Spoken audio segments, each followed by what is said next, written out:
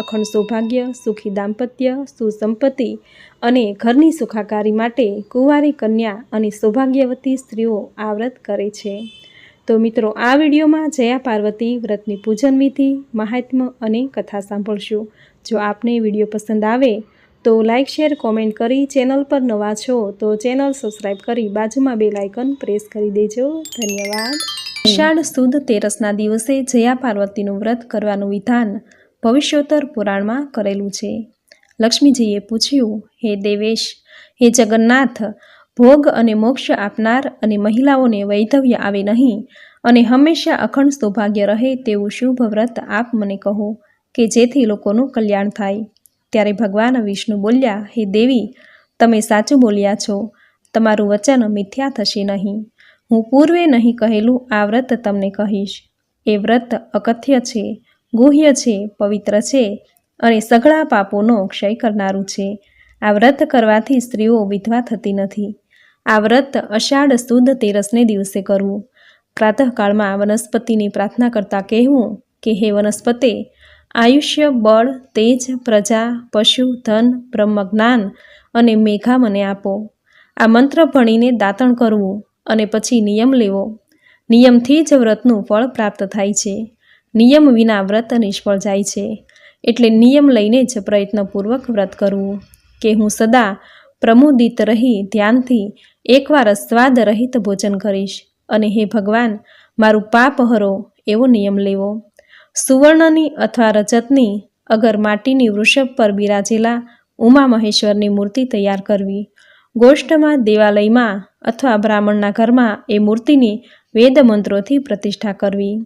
એ દિવસે જોઈનું દાતણ કરવું। વિધિપૂર્વક સ્નાન કરીને પૂજનનો પ્રારંભ કરવો।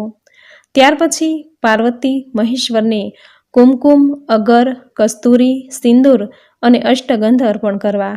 પછી ચંપો, કમળ, જોઈ અને બીજા ઋતુજન્ય પુષ્પો અર્પણ કરવા। પછી યજ્ઞોપવિત અને દુર્વા અર્પણ કરવી। ભગવતી ઉમાને પ્રાર્થના કરતા કહેવું કે હે આદ્યે, હે દેવી, હે શર્વાણી, હે શંકરપ્રિયે, મારા અર્પેલો આ અધર્ય ગ્રહણ કરો અને મારા પર પ્રસન્ન થાવો। આ રીતે પવિત્ર મંત્ર ભણીને પવિત્ર જળ, બિલ્વ ફળ, દ્રાક્ષ, દાડમ તથા બીજા ઋતુજન્ય ફળો અને 2 વસ્ત્ર સહિત અધર્ય આપવું અને ઉત્તમ વિદ્વાન બ્રાહ્મણો પાસે કથા સાંભળવી। ભગવતી લક્ષ્મી બોલ્યા, હે અચ્યુત, હે આદિરૂપ, હે મહાપ્રાજ્ઞ, હે વૃદ્ધિક્ષયકારક, હે વૃત્યાધ્યક્ષ, આપને નમન હો। આપ મારા પર અનુગ્રહ કરીને હવે કહો કે આ વ્રત પૂર્વે કોણે કર્યું હતું? આ પૃથ્વીમાં ક્યાંથી આવ્યું? હે જગદીશ્વર, આ બધું મને અવશ્ય કહો। ભગવાન વિષ્ણુ બોલ્યા, આ વિશે મા પાર્વતીજીની કથા કહું છું, જેના શ્રવણ માત્રથી જ મનુષ્ય બધા જ પાપોમાંથી મુક્ત થાય છે। પૂર્વે સત્યયુગમાં કૌંડિન્યપુર નામના સુંદર વનમાં વામન નામે એક બ્રાહ્મણ રહેતો હતો। એ વેદ, તત્વજ્ઞ, સત્યપ્રિય, ગુણવાન, પવિત્ર અને શીલ સંપન્ન હતો। તેને પરમ રમ્ય પતિવ્રત ધર્મ પાળનારી, રૂપગુણથી સંપન્ન, પતિપરાયણ, સત્યવાદી સત્યા નામે પત્ની હતી। દ્વિજદેવ, ધન, કીર્તિ અને વિદ્યાથી પૂર્ણ હતો।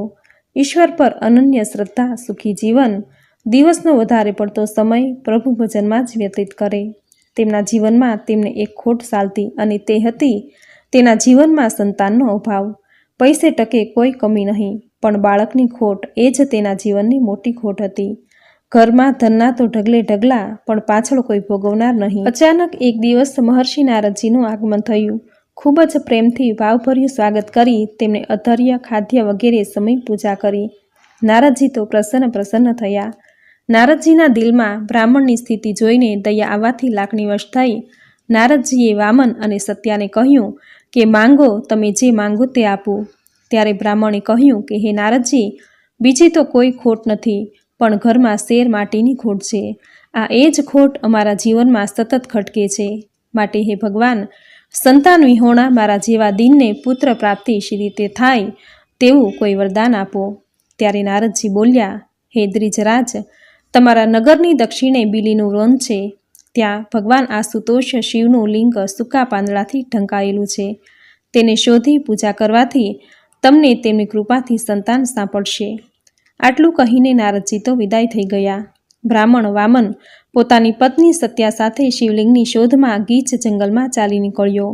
ભૂખ અને તરસ, તાપ અને તડકો બધું જ સહન કર્યું, છતાં ક્યાંય મંદિર દેખાયું નહીં.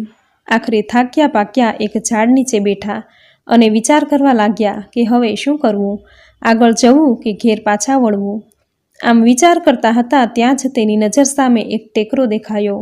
અહીં તપાસ કરવાનું બાકી છે, આમ વિચાર કરીને ટેકરો ચડવા જાય છે ત્યાં જોયું તો એક નાનું શિવ પાર્વતીનું મંદિર હતું. પુત્રની કામનાવાળા દંપતીને ઘણી મહેનત પછી ભગવાન મહારુદ્રનું લિંગ મળી આવ્યું. બ્રાહ્મણ દંપતીમાં આનંદનો કોઈ પાર નહીં.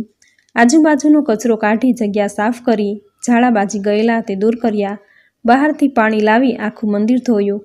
પછી ભગવાન શિવનું ખૂબ જ પ્રેમથી પૂજન કર્યું, બેલીપત્રો ચઢાવ્યા, પંચામૃત, પુષ્પ, પત્ર, ધૂપ, નૈવેદ્ય આદિ વિધિથી વ્રત પૂજા કરી. ભગવતી પાર્વતીની અપૂજ્ય પ્રતિમાની પૂજા કરી. વરદાન મળે નહીં ત્યાં સુધી ત્યાં રહેવાનો દંપતીએ નિર્ધાર કર્યો. આમ અનેક દિવસો વીતી ગયા. નિત્યક્રમ મુજબ દ્વિજરાજ પૂજાના ફળ લેવા જંગલમાં ગયો. તે ત્યાં તેને સાપ કરડ્યો. ઘણો સમય વીતી ગયો છતાં પણ એ પાછો ફર્યો નહીં. સત્યા એની ચિંતામાં દુઃખી થઈ અને શોધવા નીકળી. આગળ જતાં થોડીક દૂર જઈને જુએ છે તો એનો પતિ સર્પદંશથી મૃત્યુ પામ્યો હતો. ઈશ્વરને શોધવા નીકળેલા પતિએ પ્રાણ ગુમાવ્યા. સત્યા તો છાતી ફાટ રુદન કરવા લાગી અને મૂર્છા ખાઈને પૃથ્વી પર પડી. થોડી વારે ભાનમાં આવતા મોટા સાદથી વિલાપ કરતી રડવા લાગી. પોતાના ભક્તની આ દશા જોઈ દેવી પાર્વતીને દયા આવી અને 16 શણગાર સજેલા મા પાર્વતી પ્રગટ થયા. બ્રાહ્મણ પત્ની તેના ચરણોમાં ઢળી પડી. માએ પ્રસન્ન થઈ આશીર્વાદ આપ્યા. માએ વામનના શરીરે સ્પર્શ કરી મોઢામાં અમૃત રેડી સજીવન કર્યો. કશું થયું ન હોય તેમ બ્રાહ્મણ તો આળસ મળીને બેઠો થયો. મા પાર્વતીએ બંનેને વરદાન માંગવા કહ્યું. ત્યારે વામન પત્ની બોલી કે માતા, આપની દયાથી મૃત પામેલો મારો પતિ જીવિત થયો. મારા તમામ મનોરથ પૂરા થયા. આથી હવે વધારે માંગવાની ઈચ્છા નથી. જો આપે મને વરદાન આપવું હોય તો મને પુત્ર નથી તો કૃપા કરીને મારી સંતાન પ્રાપ્તિની ઈચ્છા પૂર્ણ કરો. પાર્વતી બોલ્યા, સંસારમાં ત્રિવિધ તાપ ટાળનાર મારું જયા પાર્વતીનું વ્રત કરવાથી તને પુત્ર પ્રાપ્તિ થશે. મા પાર્વતીએ તેને જયા પાર્વતીનું વ્રત કરવાનું કહ્યું. આ વ્રત શી રીતે કરાય એમ સત્યાએ પૂછતા મા પાર્વતીએ કહ્યું કે અષાઢ સુદ 13થી વ્રત શરૂ કરી 5 દિવસ અષાઢ વદ 30 સુધી આ વ્રત કરવાનું. 5 દિવસ મીઠા અને ગોળ વગરનું એકટાણું કરવું. તેમાં પહેલા વર્ષે જુવારનું ભોજન કરવું, બીજા વર્ષે મીઠા વગરનું ભોજન લેવું, ત્રીજા વર્ષે સામો ખાઈને આ વ્રત કરવું, ચોથા વર્ષે કેવળ મગ ખાઈને વ્રત કરવું અને વ્રતમાં છેલ્લા દિવસે જાગરણ કરવું. વ્રતના અંતે તું અખંડ સૌભાગ્યવતી સ્ત્રીઓને ભોજન કરાવજે. એમને સૌભાગ્યની સામગ્રીમાંથી સારી વસ્તુ ચાંદલો કરીને ભેટ આપજે. વસ્ત્ર પાત્ર દાન કરજે. જીવન ઉપયોગી બોધદાયક ગ્રંથનું પણ દાન કરજે. આ બધું જ તું નમ્રતા અને ભાવપૂર્વક અર્પણ કરજે. આ વ્રત કરવાથી દાંપત્ય જીવનમાં સુખની પ્રાપ્તિ સાથે અખંડ સૌભાગ્યની પ્રાપ્તિ થાય છે. આ પ્રમાણે કહી માતા પાર્વતી તો અંતર્ધ્યાન થઈ ગયા. ત્યાર પછી બ્રાહ્મણી ઉત્સાહભેર ઘરે ગયા અને સમય આવતા શ્રદ્ધા, ભક્તિ અને ઉત્સાહપૂર્વક જયા પાર્વતીનું વ્રત કર્યું. વ્રતના ફળ સ્વરૂપે બ્રાહ્મણ દંપતીને ત્યાં પુત્ર રત્નની પ્રાપ્તિ થઈ. પુત્ર પ્રાપ્તિના કારણે ઘરમાં તો આનંદ છવાઈ ગયો. પુત્ર પ્રાપ્તિની ખુશીમાં શિવ પૂજનનું આયોજન કરી ગોળણીઓને જમાડી તેમને યોગ્ય ભેટ આપવામાં આવી. આ વ્રત જેવું બ્રાહ્મણ દંપતીને ફળ્યું તેવું બધાને ફળજો. પાર્વતીજીએ કરેલું જયા પાર્વતીનું વ્રત શ્રદ્ધાપૂર્વક કર્યું એટલે વ્રતના પ્રભાવથી એમને પુત્ર સુખ મળ્યું, અખંડ સૌભાગ્ય મળ્યું અને પૃથ્વી પર વિવિધ ભોગો ભોગવીને એ દંપતી શિવલોકમાં ગયા. આમ જે સ્ત્રીઓ આ વ્રત કરે છે તેને પતિનો વિયોગ થતો નથી, 3 કુળનો ઉદ્ધાર થાય છે અને શિવલોકમાં ઉમા મહેશ્વરનું સાનિધ્ય પામે છે. જે મનુષ્ય વિધિપૂર્વક આ કથાનું શ્રવણ પઠન કરે છે તેના સઘળા પાપો નાશ પામે છે. અલુણા વ્રતની જેમ જ આ જયા પાર્વતીનું વ્રત પણ બહેનો 5 દિવસ સુધી શિવ પાર્વતીની પૂજા કરીને સાથે મીઠા વગરનું 1 વખત ઘઉંની વાનગી જમીને કરે છે. 5મા વર્ષે આ વ્રતનું ઉદ્યાપન કરવામાં આવે છે. વ્રત કરનારે સ્નાન કાર્યથી પરવારી ઉમા મહેશ્વરનું પૂજન કરવું. ભોજનમાં ચોખા સાથે ઈક્ષુ રસ એટલે કે શેરડીના રસના બનેલા પદાર્થ જેવા કે ગોળ, ખાંડ વગેરે લેવા નહીં. જો બની શકે તો મગ ખાઈને આ વ્રત કરવું. ઉજવણાના દિવસે સૌભાગ્યવતી સ્ત્રીઓને જમાડી તેમને સૌભાગ્યની સામગ્રી ભેટ આપવી. તેમાં ચૂડી, ચાંદલા, કંકુની ડંબી, બ્લાઉઝ પીસ વગેરે યથાશક્તિ આપવામાં આવે છે. ઉત્થાપન સમયે ભૂદેવને ભોજન કરાવવું. આ વ્રત માટે જવારા વાવવાની જરૂર નથી. આ વ્રત કુંવારી કન્યા તથા સૌભાગ્યવતી સ્ત્રી કરી શકે છે. વ્રતના અંતિમ દિવસે જાગરણ કરવું. જાગરણમાં પ્રભુ ભજન, પ્રભુ કીર્તન કરીને રાત વિતાવવી. આ પ્રમાણે વિધિ પ્રમાણે જો વ્રત કરવામાં આવે તો વ્રત કરનાર સ્ત્રીની સર્વે પ્રકારની મનોકામના પૂર્ણ થાય છે. તેનું સૌભાગ્ય અખંડ રહે છે. પતિને લાંબી આયુષ્ય અને સારા આરોગ્યનું વરદાન મળે છે. કુળનો વંશવેલો વધતો રહે તે માટે સંસ્કારિક સંતાનની પ્રાપ્તિ થાય છે. આવો મહિમા છે આ મહાવ્રતનો. હે ભગવાન ભોળાનાથ, હે માતા પાર્વતી, તમે જેવા બ્રાહ્મણીને ફળ્યા તેવા જ તમારું આ વ્રત કરનારને, વ્રતની કથા વાંચનારને, સાંભળનારને, કહેનારને સૌને ફળજો, સૌની મનોકામના પૂર્ણ કરજો. જય ભોળાનાથ, જય માતા પાર્વતી. તો મિત્રો, આ હતું જયા પાર્વતી વ્રતનું મહાત્મ્ય અને વ્રતની સુંદર કથા, જે તમે પૂરી શ્રદ્ધાથી સાંભળી, જે સાંભળવી તમને જરૂર ગમી હશે. તો વિડીયોને લાઇક કરી કોમેન્ટમાં જય માતા પાર્વતી, જય ભગવાન ભોળાનાથ જરૂર લખજો.